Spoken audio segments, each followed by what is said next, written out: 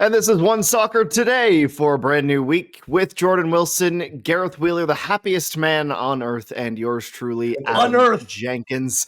Lots of football to get into today of both varieties, I suppose, on the eve or on the footsteps or heel steps or on the heels. One of those adjectives is what I'm after of the Super Bowl, and Gareth Wheeler's ear-to-ear grin that his Eagles are Super Bowl champs. We will also discuss some rumors with Jonathan David, the Canadian Premier League home opener schedule release, and of course the Concacaf Champions Cup. But I suppose we let Gareth get his, not gloating per se, out of the way, but his moment. And in tying in the theme, one of the big conversations, I suppose, out of yesterday's performance, both on the field and at halftime, was the Super Bowl halftime show and Kendrick Lamar. So Gareth, as I turn the mic over to you, of course you may take your victory lap, but then I want to know who you nominate for the next Super Bowl halftime show. Ooh, first of all, has anyone seen Patrick Mahomes? Where's Patrick Mahomes? Man, the guy forgot how to play football. That was ridiculous. He looked like a rookie quarterback out there. I understand we were putting pressure on the quarterback all day, but we ate him alive. Best Super Bowl ever.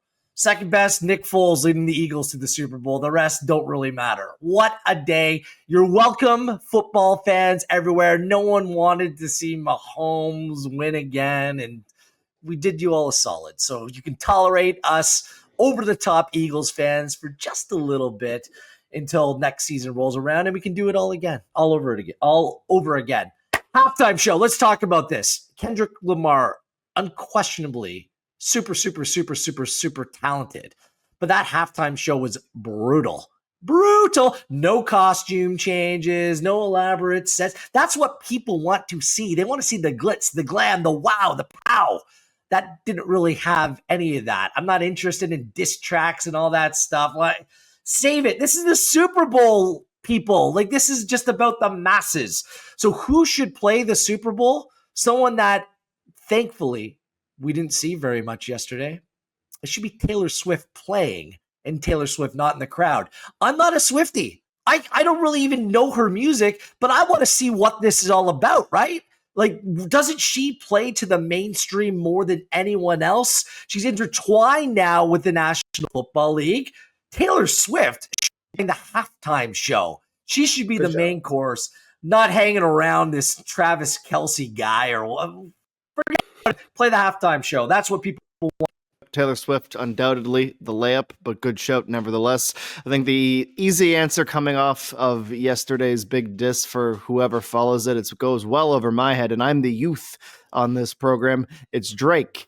Give him a year to come up with a big response to the Kendrick Lamar thing. That's what the NFL wants to do. If the NFL just wants to be reality TV at this point, let them. Who I genuinely would like to see and think would put on an incredible show, especially fresh off of his unbelievable album that was robbed of a Grammy for Country Album of the Year, is Post Malone. He can touch every single genre. He's got mass appeal, and I think he would bring out some unbelievable guests. One of those guests, Jordan Wilson, probably not, but it might be Jonathan David, because he's about to become a very popular athlete, as Graham Bailey of TBR Football reports that there are advanced talks for the Canadian star to join Barcelona.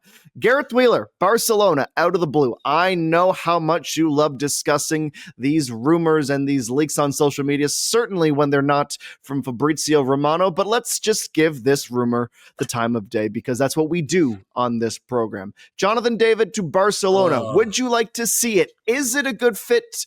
Is there any merit to these rumors? These are it's exhausting trying to track and follow this. The transfer window closes. Now all of a sudden, Jonathan David's in advanced talks with Barcelona. Look, I'm not questioning Graham, or I'm sure that he has his sources, and I'm not saying that it's not true. It's just exhausting. I mean, he's being linked to how many different clubs? It just depends on the week. So I feel like we've been there, done that before, and there's no point of getting excited until something much more substantial is reported for me. As for Barcelona, it's an interesting fit, isn't it?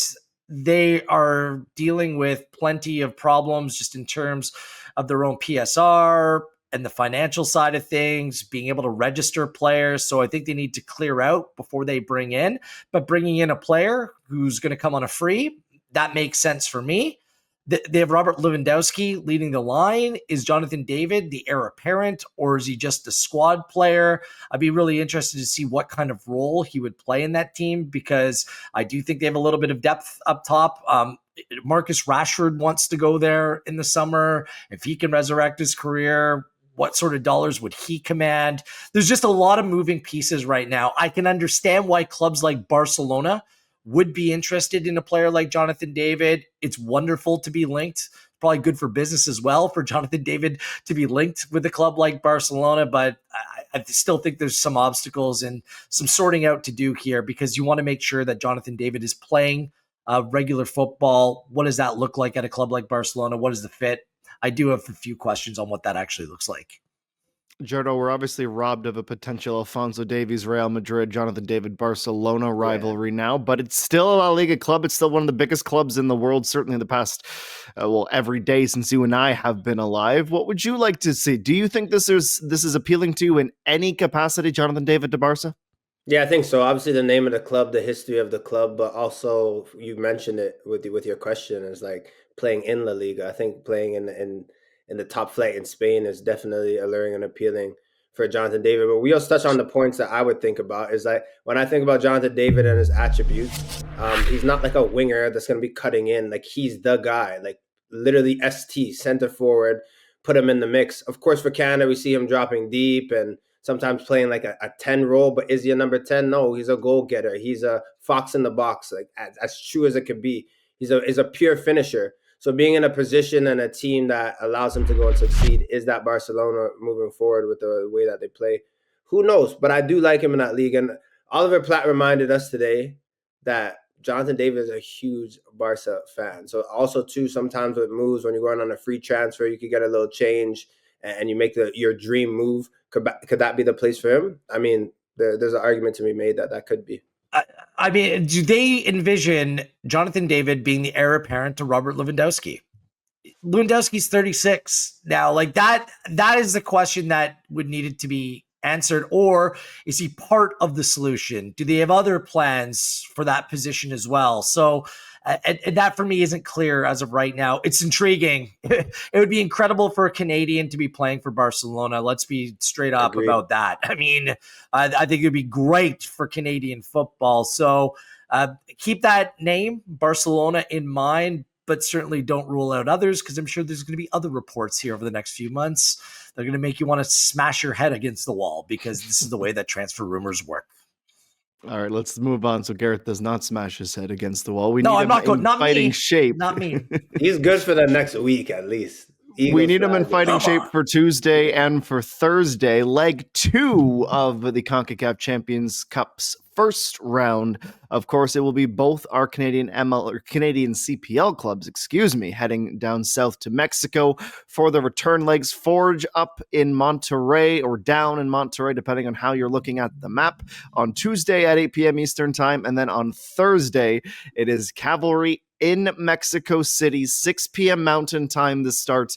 And of course, we're still buzzing about their big win over Pumas. It was great to see some of the other Canadian media outlets covering the story or throwing the highlights up on their programming, and everyone around the world starting to take notice of these Cavs. We did an immediate reaction, Gareth Wheeler. The day after the game, we had Tommy Whelan Jr. on. We had an AI picture of Tobias Vorshevsky. It was a great time, but that was an immediate reaction. Have these preceding 48 hours solidified or opened your eyes to something new about the performance in terms of what really stands out to you? Not really, other than the fact that when I'm talking to people across Canadian soccer or just general Canadian sports fans, that there's a buzz about this, and the reality is setting in that, you know what? These cats in the Canadian Premier League, they can play a little bit, can't they? they're pretty good. So I don't think anything's being diminished. More so the fact that my head has already gone to Thursday, as has the team, like the monumental task that is at hand upcoming. Good. First leg, wonderful. Some incredible moments, historic moments that will last the test of time. But still, everyone's watch is set for Thursday night to see how that will play out, which is going to be a completely different beast. If they can end up doing the trick down in Mexico City this week, then I think the magnitude of what they accomplished, like, it continues to grow in bubbles. So all positive, but I've started to look forward already. Jordan, the next question is kind of the next way of taking this conversation is obviously what is memorable to you from that game, but also what was it about leg one's performance that Tommy Wheeldon Jr. got right? Because his job is going to get even harder on less time to prepare for the return and the different conditions. You can say, yes, technically Cavalry are the Canadian Premier League club at altitude, but that's still a big jump to warm up so much, to go that much higher to Mexico City against the Pumas team, who will have their backs against the wall and a gaffer who's probably coaching for his job.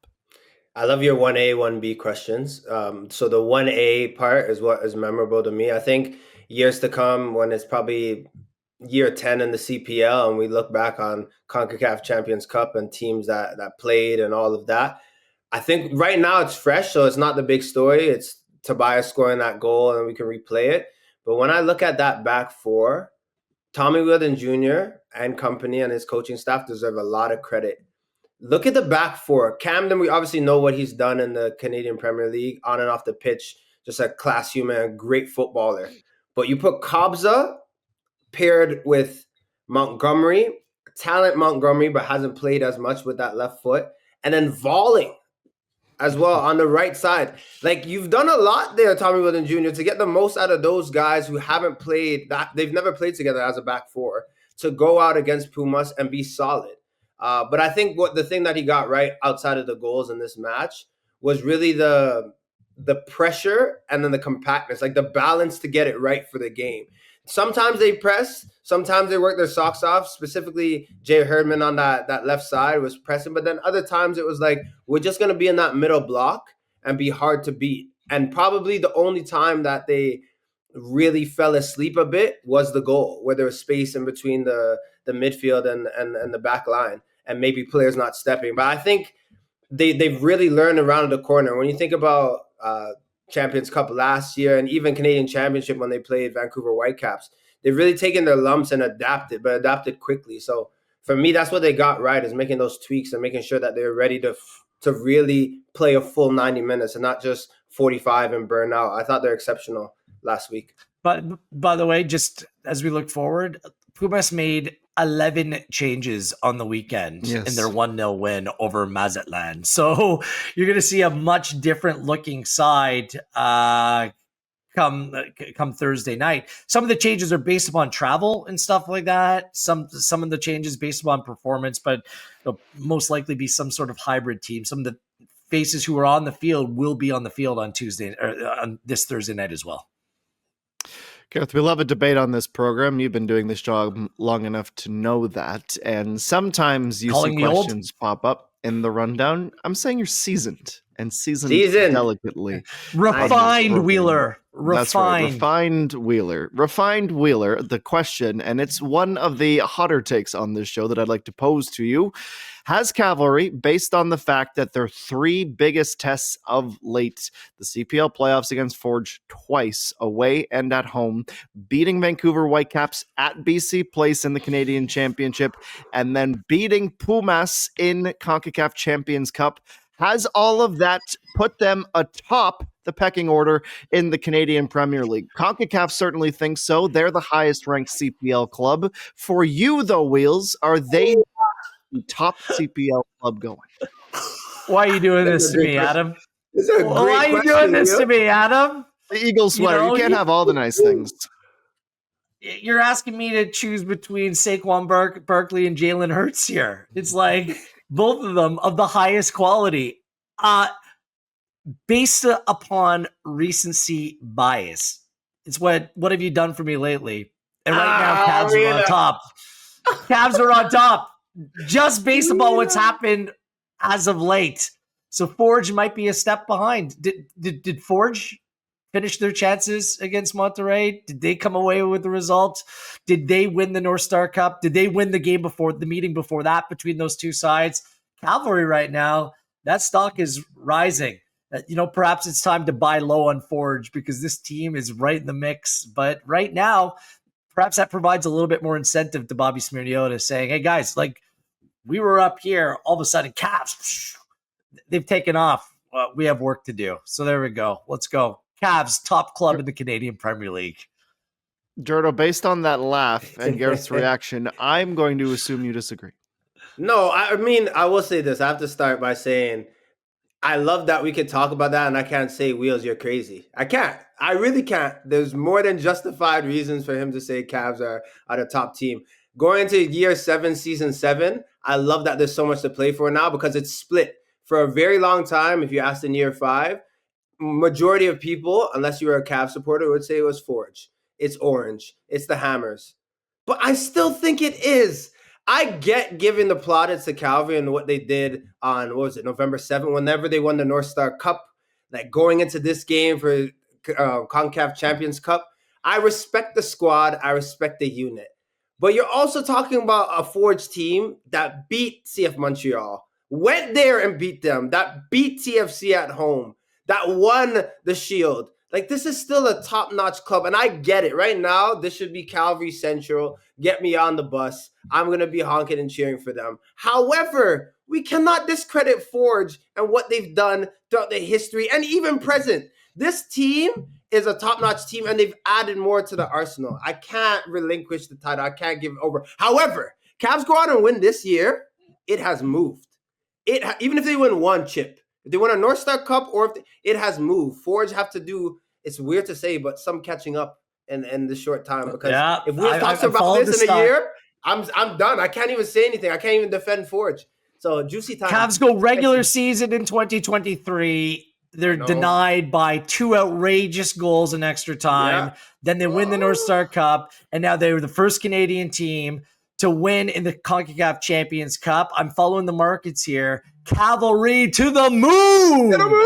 Oh, it's funny, Gareth. You mentioned the outrageous goals. That's a theme between these clubs too right now, isn't it? And as we continue this theme of debating on Monday between Forge and Cavalry, how about this, Jordan? If you're not quite ready to put Cavalry above Forge in the pecking order, are you prepared to say that Tobias Warszewski's goal was bigger or best, pick your adjective, than Tristan Borges' Olympico to win the final 2 seasons ago? I want to let everyone know that I was like, Warszewski, Borges. Like, I've been pulled, like, I've been like the little bubble things you see on the corner. Yeah, I've been moving because it's one of those things where it's so difficult to answer, but I came to a conclusion. Okay. That when Tristan Borges put that ball down at the corner kick, this guy scored 2 goals for the year, had a tough year, and has to hit this ball money to win it all. Money. If he hits it any slower, Carducci saves it. If he hits it any harder, it's going over. To do this on a dime to win a North Star Cup, I don't know if we're going to see a goal that is more important than this. Look at that. That is a thing of beauty. And even him, he's like, I cannot believe this happened. The fireworks in the back. I showed Janssen running to him. There's so many things about this goal. Even though Tobias Warszewski's goal is a chef's kiss, I can't put it past Borges. I just can't. Not right now. Yeah. Because it's in a final. Look, when you score an Olympico, the goalkeeper owns part of that, right? Like, it's just the truth. You're right. He hit it. Borges hit that sweet as a peach. A big moment. But the better goal was Warszewski's. I mean, the audacity. It's the Tobias 2-touch. Like, it was a good team goal as well. I love the ball across by Herman, but he put the defender on toast. Like, the defender has no idea what's happening here as he reaches back, turns, pivots, and hits on the volley. This is an outrageous goal in our continent, in our confederation's biggest competition. For Tobias Warszewski to do that, I got to give it to him. Just the better goal. Not the bigger moment, but the better goal.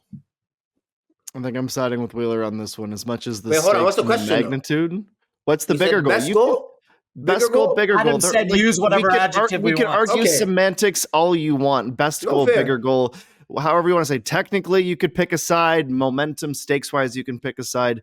The fact that they're like maybe 15 months apart from a league that's just entering its 7th season is pretty remarkable, and they've been a treat to watch. We are spoiled from the Canadian Premier League with some of the goals the clubs produce. We'll hope to see some more of those excellent goals in the season opener. I'm trying to keep track of this program because my headphones are alerting me to every single CPL club blasting out their home openers. They were announced today, like quite literally as we're taping this program. We do have the dates for you, however, and remember, in football, the home team is on the left. So what does that mean? Well, the home opener triple header season debut Saturday, April the 5th, beginning at 2 p.m. Eastern Time, 3 p.m. Atlantic, Atletico Ottawa and the Halifax Wanderers. It's a tradition at this point. Forge and Cavalry will follow. That match will be played at Hamilton Stadium, and the night will wrap up on Vancouver Island. It will be Pacific hosting Valor, with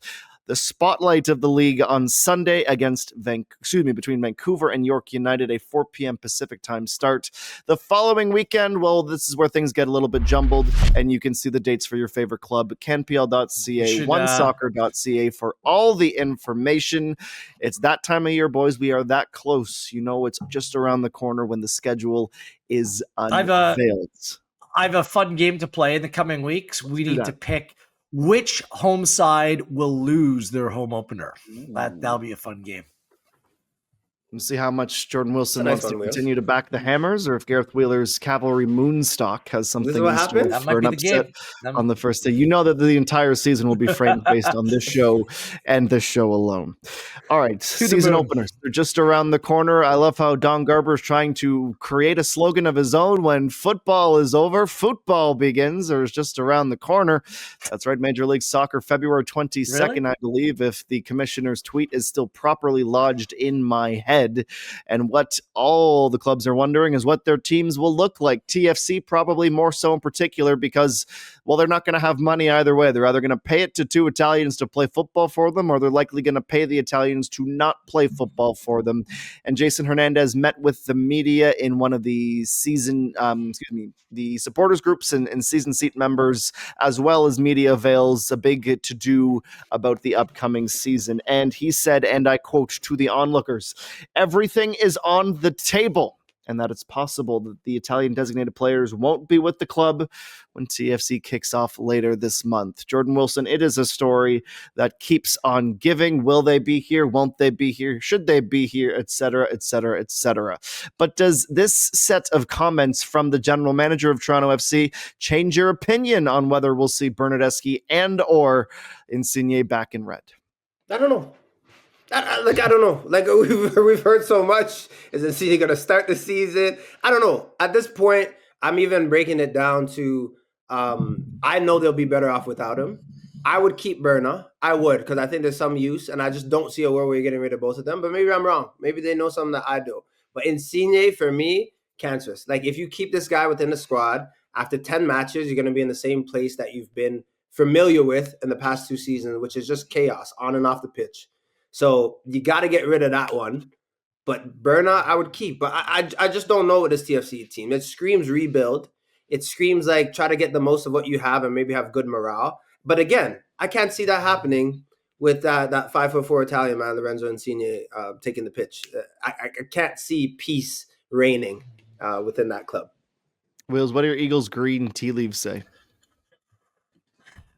My Eagles green tea leaves, I mean, I think the quote speaks volumes. It's not what I think, it's about what was said.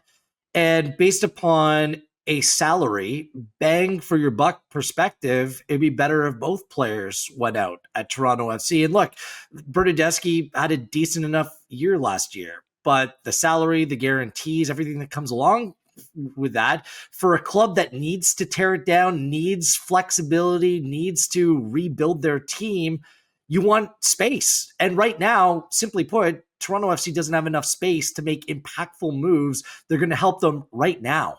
I think that next summer is the time when they will be afforded the opportunity to go into the market and really build a team to get back playing competitive football relatively quickly. But to do that, you need space. and that's why Bernadeschi is kind of looped in this conversation. Lorenzo Insigne needs to go. I believe that the only impediment here is the two sides settling on what that dollar amount would be in order to satiate Lorenzo Insigne's probable desire to leave Toronto, and for what the club can actually swallow at this point, paying off a player that simply hasn't delivered and isn't providing the output that is required. So when and if they can settle on that total, and right now it doesn't seem like either side is willing to budge, then you'll see Insigne go. Until that time, you're kind of stuck with this scenario unless you're desperate enough to just give Insigne what he wants to go away. So look, I know that fans, have some angst here, and rightfully so, and they want to see moves. Quite frankly, the club's hands are tied to a certain degree. They need to bring in a number 9. From what I understand, like the striker from Uzbekistan who plays for Roma, that was a legitimate target, but can you spend, $1 million, 1.2 million, or whatever it's going to cost in order to bring in an impactful striker right away? I think they're better off going young, guys. Go out and invest in a young striker, maybe has some more question marks, but a higher ceiling right now. It's based upon the limited space they have, they're not going to hit a grand slam. Right now, I think that you want to hit a double and hope that runner comes home to cash sooner than later through development or growth within the team. That's where they are right now. I don't foresee any signings being absolutely imminent, but they need multiple players on multiple positions, and it's going to be tough slogging. For me, 2026 is the year where they need to have the club in order to make the jump. Then I just don't think it's going to be this season. Well, thank you, Jason Hernandez, for 5 minutes of fodder on today's program. We'll continue to monitor the situation of the two Italians. To today's Tony Bet Top Picks, and then we'll hit the road.